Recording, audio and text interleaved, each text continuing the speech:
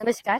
मी प्रेमलता जगताप, सहाय्यक पोलीस निरीक्षक, भरोसा सेल, दामिनी पथक प्रमुख, हिंगोली. 8 मार्च हा दिवस आपण आंतरराष्ट्रीय महिला दिन म्हणून साजरा करतो. या निमित्ताने हिंगोली जिल्हा पोलीस दलाच्या वतीने मी आपल्या सर्व महिलांना मनःपूर्वक शुभेच्छा देते. महिलांची सुरक्षितता, सन्मान आणि सशक्तीकरण हे आमच्यासाठी अत्यंत महत्वाचे आहे. यासाठी माननीय पोलीस अधीक्षक डॉक्टर नीलाभ रोहन सर यांच्या मार्गदर्शनाखाली आम्ही विविध उपक्रम राबवत आहोत. महिला व मुलींमध्ये आत्मविश्वास निर्माण करणे, तसेच स्वसंरक्षणाबाबत जागरूकता निर्माण करणे, तसेच सामाजिक माध्यमांद्वारे जनजागृती करणे यासाठी आम्ही सातत्याने प्रयत्न करत आहोत.